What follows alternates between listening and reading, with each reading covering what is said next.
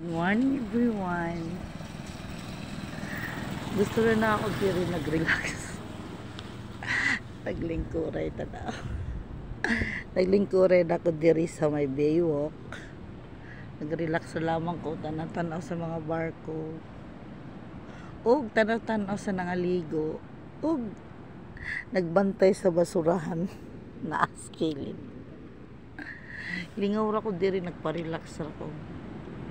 Nagpatanggal ra sa stress, pero hindi naman karadyo stress na balance ra.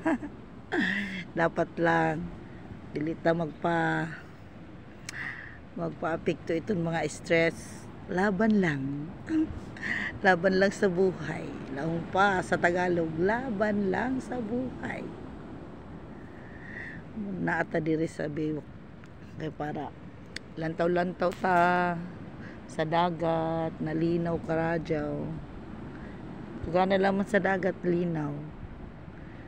Kung walay bagyo na moabot, linaw kaayo. Tanaw mo, linaw kaayo ang dagat. Nako diri sa may waiting shed. Naging kuray sa may hagdan, no.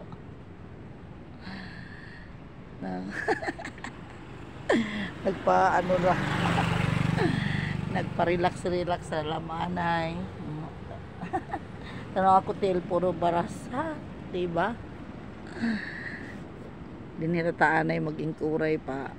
Magpa-presko ba? Fresh air, laong pa. Para sa lungs, maghanap kita ng fresh air. Diba? Nag-inkuray diri sa may hagdan. Siguro na mo labay diri mo lang siya. Unsa man to si Jaoy? Naglingkuray man dito sa may kuan. Amo Rashid si Jao waiting shed. Diri sa amo baywalk. Presko sab, makalahanggap kita ng mga hangin. Okay ra karadyo na to basurahan kaya may itong suyod nagkuhaan naman. So pwede ra ko diri maglingkuray. Bisan abot alas, siguro mga alas 7. Pwede na mo uli. Kaya mo opisina na sa amo.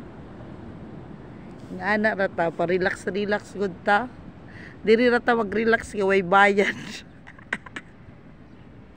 Yay bayad kay lingkuray naman ka. Kay kumuadto kita sa mga lami na mga cottage, magbayad man ta. So anira lamang kita, mag-enjoy na lamang kita sa